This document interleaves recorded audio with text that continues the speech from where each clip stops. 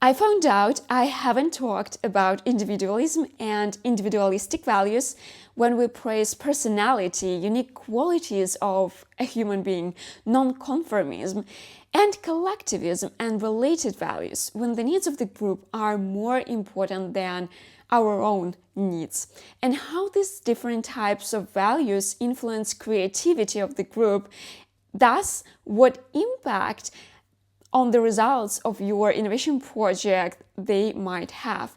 Because for our innovation projects, we really want to have more creative, non-trivial ideas to choose from, especially if we are solving some difficult and complex challenges.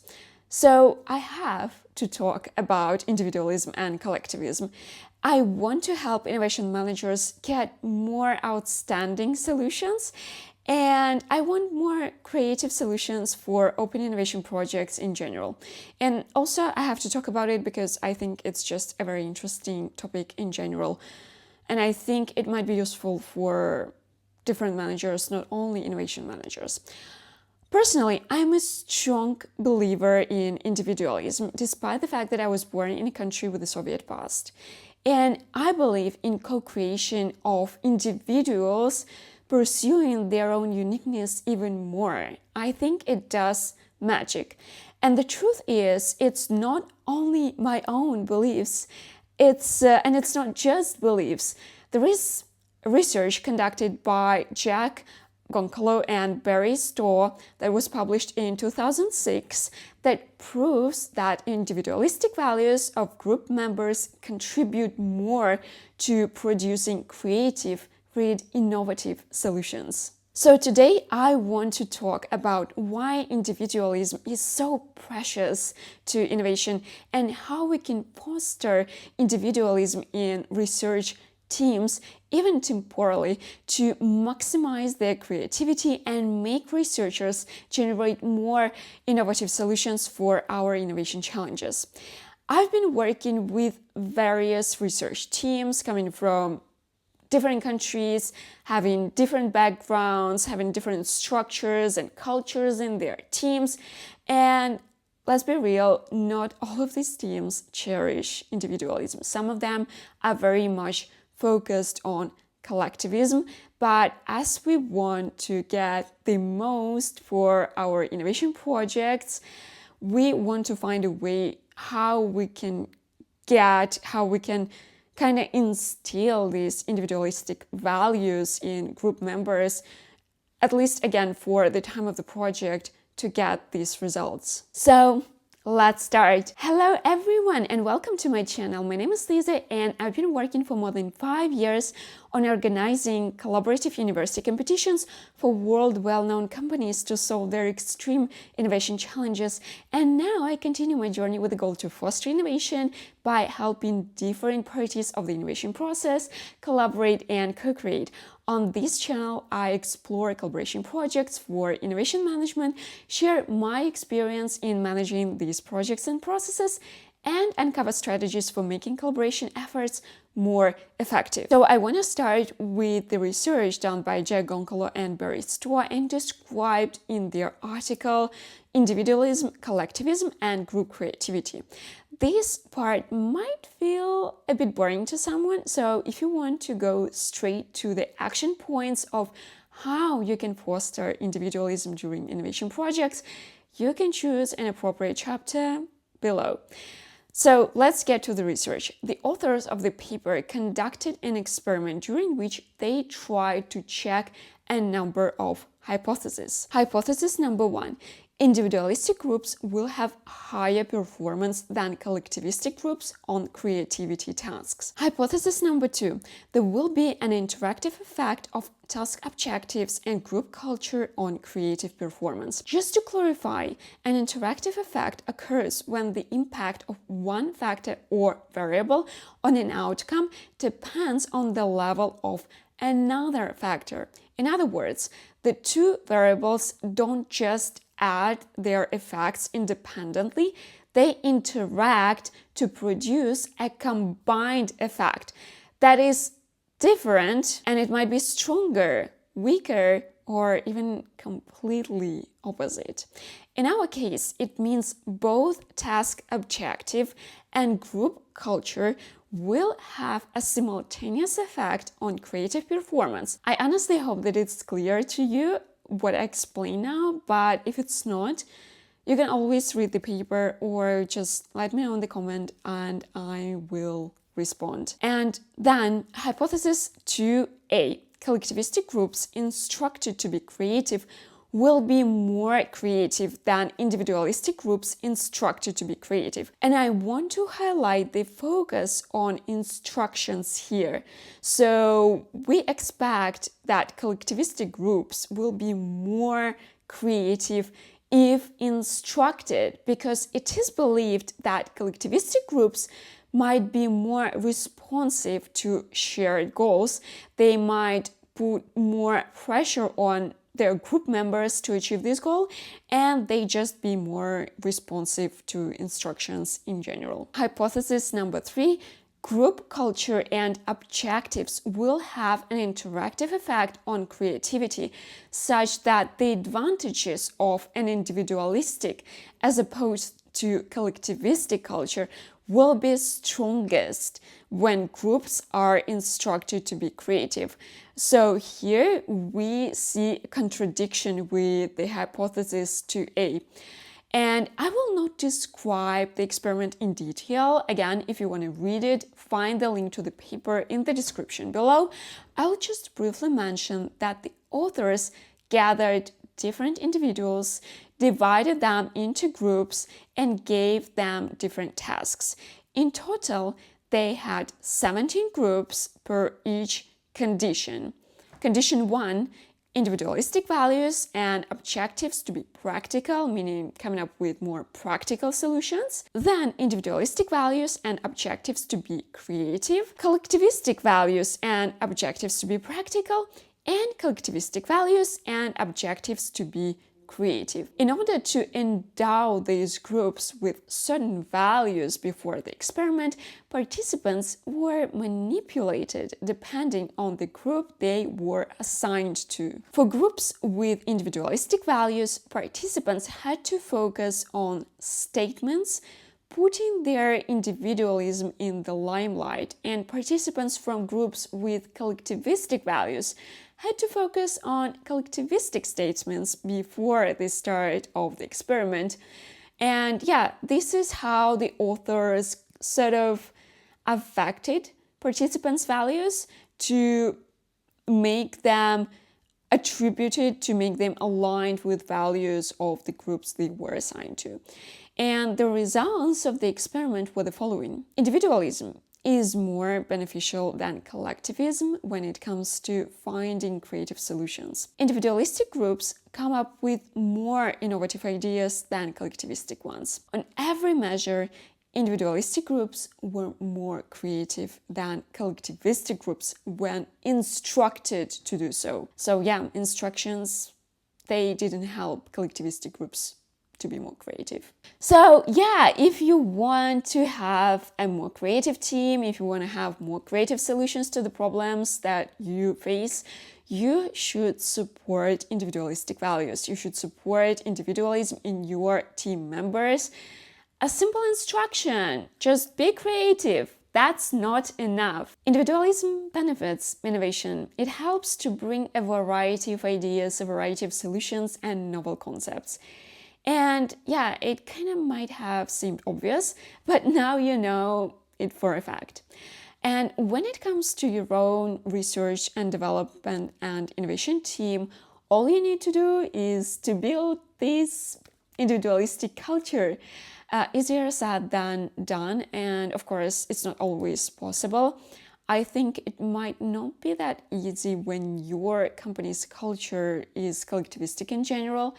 And I wonder if it's actually possible to have a different culture within an innovation research team in such a situation. Probably it depends on the manager, it depends on the company, it depends on the situation.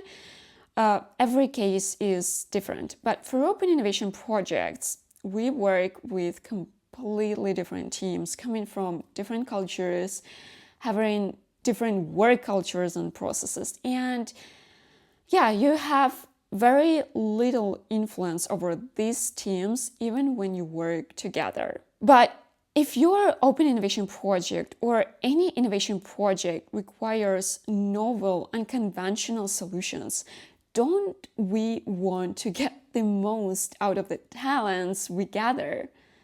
Of course we do, of course we want, and it means that we want to see more individualism in teams we work with, including our own. Now, how do we make it happen? How do we make researchers that we work with focus more on their individualism?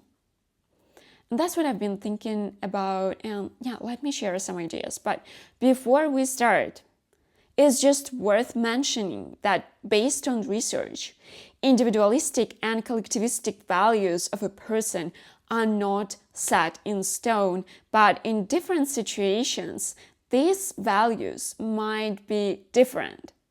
So that means we can work with them and we can kind of tweak them. That means that we can do something to make individuals that we work with value individualism more, thus we can help them be more creative. Though we can't really change basic values of the person within minutes, of course. Otherwise, I don't think we should even consider them values. But we can work towards the point where the person is more open to showcase their individuality, their individual opinion, and think more openly, think, how we say it, outside the box, rely less on the group and more on their own judgment. We need to show researchers that participate in the project, whether it's external researchers or our own team, that the project's environment is their safe space to express their thoughts and creativity. And we need them, we need their thoughts and creativity to succeed. Another thing with regard to open innovation projects that I have to mention is that I believe we should be really careful when we work with external research teams. We need to make sure that we are not trying to instill our own vision and our own values and our own work culture in external collaboration partners. And we should not avoid teams with collectivistic values as well, because that would mean that you have to give up on most Asian teams, for example. But don't do this. Asian research teams are absolutely amazing. You should work with them. We want to inspire them. We want to inspire researchers to share their ideas, their individual ideas, at least during general meetings. But we should not try to change them, and we should not try to change their work culture and processes. So with this in mind, and this is something that we should keep in mind, here are some ideas. And I think that they would mostly work for external teams. I've been focusing on open innovation projects and working with external teams mostly. But I think that some of them could be used for your internal R&D group. And idea number one is about instilling individualistic values before the project. And I'm starting with this idea described by Goncalo and Staw in their paper. So how they did it with their teams, with their experiment participants. Before starting an experiment, the authors asked all the participants a set of questions. Participants who were supposed to belong to individualistic groups had to come up with ideas about how they are different from others, how they would describe themselves, and why they believe it might be advantageous to stand out. According to research done by Schwartz and published in 1999, just answering certain questions might alter people's beliefs. And that's how Goncalo and Staw were able to instill in participants of individualistic groups of their experiment corresponding values. And that's what we can do too. For example, at the beginning of a general meeting when you're going to discuss solutions, or at the beginning of a brainstorming session, we could use the same technique the authors used in their research. We can ask each team member to write down a number of statements that support their individuality. For example, ask them to remember situations when they contributed with outstanding ideas that saved the project, how different they are from others, etc., etc. I can't imagine that each and every company and their managers will be using it, but again, why not? It can be a small exercise before a brainstorming session, like 15 minutes should be enough to conduct it. Idea number 2, ask participants share their personal ideas. It is important to gather individual feedback during the project. What we usually do is launch an anonymous survey during the sessions where participants can share their opinions about solutions. They can ask questions, they can make comments, all without revealing their names. However, even though those surveys are anonymous, still many researchers avoid that. Some of them might be shy, some might not feel entitled to do that. They might rely fully on their team leaders, and this is what we often see among university teams. And in that case, you might impose a requirement to prepare initial individual ideas before brainstorming sessions and general review meetings.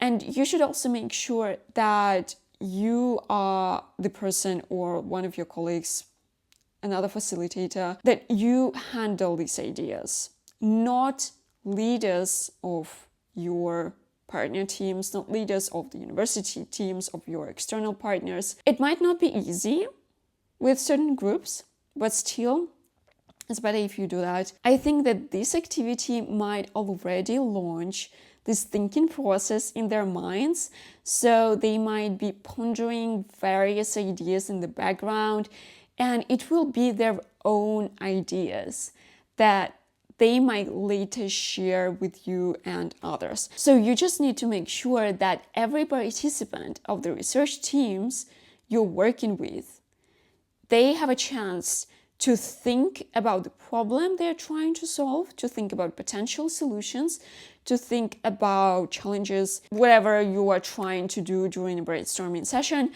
And they should have this time on their own, without discussing it with their group. Just do it on their own. The next idea is praising individual contributions during sessions. The project manager or its facilitator should talk about the importance of individual contributions during the project. They could mention great questions or ideas shared by individual participants. It's important to say names, pointing out separate people, not teams these ideas are coming from. Appreciating incoming ideas of each particular person could make a difference and show everyone that their individuality matters, individual ideas are acknowledged, and personal input in the project is highly valued. In some cases, you can think of some individual rewards granted to participants who made the most contributions, asked most questions, and made the biggest individual impact. Also, if you're working with external research teams, especially with universities, and you are considering hire one or a number of PhD students after the project based on the results, you might want to announce it at the beginning of the project. And this will be just kind of another reward to participants for their individual contributions. And this reward might stimulate researchers to be more active in their individual contributions. The next idea is about kind of mingling participants within teams, and this idea will not always work. And first of all, it's difficult to imagine that you can easily change people, take new people for your internal research group for each project. And secondly, if we're talking not about hackathons, but longer projects, I honestly doubt that is going to work, because for longer projects, we usually invite well-established research teams. But for hackathons and some other types of open innovation projects, it is possible. And it might be a good idea to invite individuals instead of teams. And first of all, those who are ready to participate in a project like that without a team will probably already have dominant individualistic values. And then in these new teams, there will be no long-standing hierarchy involved. So participants will be more open in sharing their ideas, and they will be able to also step into leadership roles. So, and they might be able to focus more on their individuality. How to make such teams work productively is another story that I should also cover one day. But yeah, that's just one of the ideas to create completely new groups. The next idea is about organizing separate brainstorming sessions with each team of researchers. Again, this idea is definitely for open innovation projects, because I assume that you conduct your brainstorming sessions with your internal team during the project anyway. And even with open innovation projects, it's not always the case, but sometimes you organize the project and you involve different research teams or other partners. You can involve your suppliers or customers, for example.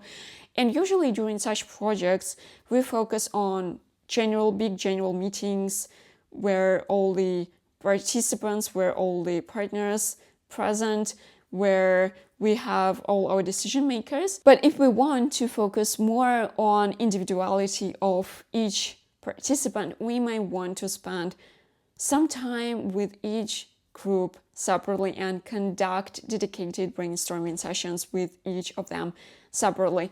And actually, we might even want to talk with each participant of the group separately. So we want to establish this individual relationship with the group, especially if you have only one research team, only one partner for your open innovation project. Though it might depend on their culture, and sometimes it might not be allowed by the group leader. So I think you should definitely talk to the group leader of your research partner about that. But I think it might be a good idea. And such sessions, one-on-one sessions or brainstormings with each separate team, will help to hear out contributions of every participant and show them that their opinion matters and they all are responsible for the success of the project. And actually, you really should do such sessions. Like, no matter whether you care about individualism or not, I think it's really important for the project. In academic research groups, we might often see a dynamic where when a professor, a team leader takes the main role, they speak during meetings while other team members keep their opinion to themselves. And these sessions conducted with each collaboration partner separately, with each team member separately, might give a chance for others in the group to talk and for us to show how valuable their individual contributions are. And one more idea I wanted to mention, it's about making teams from different cultures work together. This is another idea if you plan to invite a number of collaboration partners for your open innovation project. Different cultures have different values. Some praise individual goals and independence from a group, and others believe that collectivistic targets should be a priority. Again, it doesn't mean that you shouldn't work with some research teams because their traditional values might hold back the creativity of the group. It means that you could make them collaborate with teams coming from other cultures praising individualism. I honestly don't know how big of a difference it will make and whether team members with collectivistic values will appreciate individualistic values more when they get a chance to work with another team. I have never done any research on this myself. I haven't found any papers, but I feel it might make a difference. Just an idea to try. And anyway, I think just because individualistic values and individualism contribute more to creativity, it does not mean that collectivistic groups are completely useless. And I think combining these cultures might actually give a lot of benefits for your project and for solutions that you're going to get during this project. Because obviously, despite the fact that we want more creative solutions for our innovation projects, because it's about innovation, it's about something new, it's about something not trivial, something unconditional, still, creativity is not the only thing that we need in order to succeed. So yes, combination, like I really believe in projects, in open innovation projects, when you work not with one team, but with many to solve your challenge, to solve your problem. So yeah, I hope that you're gonna have a chance to try that if you haven't tried. I hope that you may find some of these ideas useful. I think it is quite difficult actually to try and change values of a person, but again, we can do something in order to show that we need individual contributions, that we want our participants, our team members, whether it's members of an external team or our internal R&D team, that we need their individuality, that we want them to think differently from others, to focus more on their own values, their own ideas, their own thoughts and opinions. And that will really help with our innovation projects, with our solutions and what we do. And yeah, if you have other ideas, if you have other tricks that maybe you used, please feel free to share them in the comments below. I'll be so happy to discuss them. Or just text me on LinkedIn. You may find a link to my LinkedIn in the description under the video. I'll be happy to talk about that. Really, I'm very much curious to hear thoughts of other innovation managers or facilitators. So yeah, and I wish you good luck with your innovation projects and hope to see you next time and wish you a good day. Bye!